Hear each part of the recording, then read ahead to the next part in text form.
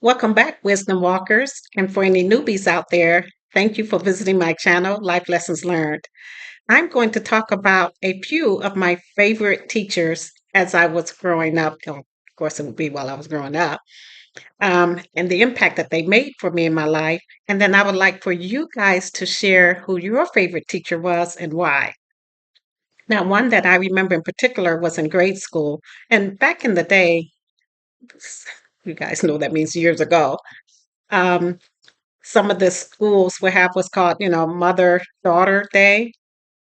And for the young girls that had like outstanding report cards or outstanding attendance or had turned in a great report, that would be a night where the teachers, the mothers, and the daughters would get together and the students would get called up and get some type of an award for their accomplishments. So this one teacher, her name was Mrs. Harris, and my mother worked during the time that the event was going to be taking place, so she wasn't going to be able to attend it. And I had filled out the form and everything, but once I found out my mother wouldn't be able to attend, I was like, well, can't go to a mother-daughter thing, just a daughter, okay? I mean, you probably could, but the whole point was that. And so this teacher asked me what was going on, and I just explained to her that my mother wouldn't be able to attend because she would be working at that particular time. And the teacher said that she would be honored to stand in for my mom and go to the mother daughter event with me. And that really made a big impact on me in grade school. So I was probably about in fifth or sixth grade. And this teacher, took the time out to come to that event during that evening hours and, sit there and cheer me on. So that was really nice. And, even today, teachers are doing more than what we commission them to do. They're buying school supplies, they're really caring about their students, they're trying to see what all they can do to make sure that they're successful.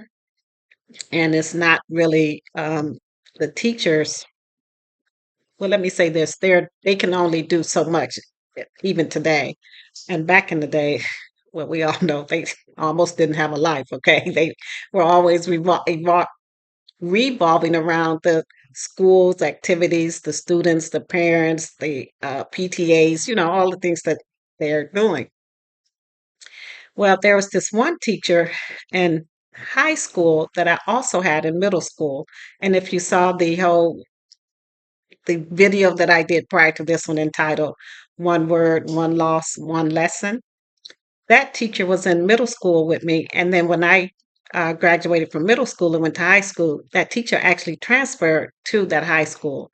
Now, just to let you know, she didn't transfer because I was going to that high school. She had already planned on being able to go from the middle school level of teaching to high school. She wanted to, make that kind of change in her life. And you can imagine my surprise. She was one of my favorite teachers, and she was the one that did that whole spelling bee thing. So I was very familiar with her, but I was so excited to find out that she would also be my English teacher in high school. I was like, yay! She was really great. Her name was Mrs. Hall, and she later got married, and I don't remember what the married name was because, once you know someone by name, you kind of stick with that. But I was always very excited. And at that time, I had the idea that I would love to teach, because I mean, who wouldn't? To be able to mold young minds and assist them to think on their own, to be independent, to have critical thinking skills and things like that. I mean, that's exciting to me. But she called me aside one day, and you guys have to realize I graduated in 1977. So you can imagine how many years ago this was when things were just starting to kind of go downhill in the public school systems. So if you're looking at 40 something years ago, you can only imagine how we got to where we are today. But she saw the writing on the wall, and I had told her I would love to, be an English teacher as well. And she looked at me very solemnly, and she said, I'm not going to suggest that you go into this field. She said, we have problems with the students, first of all, and then we have problems with the parents. and then the school board does not back, the teachers up, even when we're in the right. And she said, I don't see it getting any better. And lo and behold, she was right. But the reason why I brought her up is because, back in the day, we used to chew gum in class and you weren't supposed to. They had signs, no gum chewing, you can't chew gum. And at that time in life, the teachers, if they caught you chewing gum, they would tell you to come up to the front of the class, spit your gum out in the trash and, that kind of thing. Now, this was before parents started getting lawyers and saying their kids have a constitutional right to chew and pop gum in class. Okay. So this is when we still had a lot of common sense going on. And usually, of course, it was the girls, chewing their gum and popping it really loud and, making a scene, I guess you could say. So, and of course, I wouldn't, I shouldn't say of course, but if you guys know me, I'm like, toe the line, okay? If it's an authority figure and they're saying you have to do this or you need to do that, I'm like, okay, follow the rules and regulations. But anyway, this teacher had gotten so tired of catching students chewing gum, telling them come to the front of the class, put in paper towel or paper and throw it out. So she went and got this poster, and I'll never forget the words on this poster to this day. And I'm in my 60s, and I'm going to tell you exactly what it said. But that kept all students in her class from coming in there chewing gum ever again. But again, that was back in the day when you had people that understood. Well, just let me say what the poster said. So this poster said, the gum chewing student and cud chewing cow look quite alike, but they're different somehow. Ah, what is the difference? I see it all now. The intelligent look on the face of the cow. Yeah, let that sink in. Because, of course, cows are supposed to chew cud. Okay, it's that natural thing. And I was like I said, I wasn't one that would go into a class, chewing and popping gum anyway, but the ones that were, when they saw that, that cured all of that. And, those were the kind of ways back in the day that teachers used to, get their point across. They would have a certain poster in their classroom or a certain sign of what was acceptable, what wasn't acceptable. And when they did it in humorous ways like that, I mean, you can't argue with it. So this one, um, that one made an impact with me. And like I said, I remember that to this day.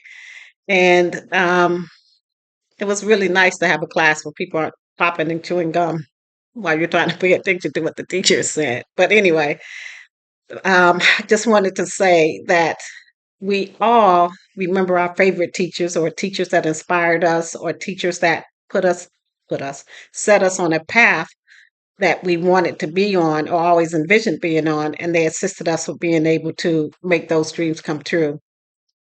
And I would like for all of you to share who your favorite teacher was. And it doesn't matter what grade, whether it was grade school, middle school, or high school, and share with us why that teacher made such an impact with you. And have you ever gone back to visit them or, after you graduated or moved on? I actually had a sister that had a teacher in grade school, and this teacher was very inspiring. And I wound up having her too, but her and my sister became really good friends as the years went on. And that teacher went to all of my sister's graduations from grade school, middle school, high school, and when she graduated from college. That teacher just never forgot her, always kept her in her thoughts, was always proud of her and letting her know all of the accomplishments that she had kept up with, what my sister had done. So, again, if you guys can share your experiences, tell us why. This is Life Lessons Learned. Remember, knowledge is in the knowing, but wisdom is in the doing. And the true learning of a lesson is the application of it. So, for my wisdom walkers, thank you for always supporting this channel. If you're new and so inclined, please subscribe.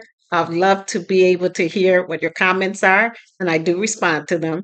I do drop my videos on Tuesdays, Thursdays, and Saturdays, so I'm looking to forward to seeing you soon. Thanks. Bye bye.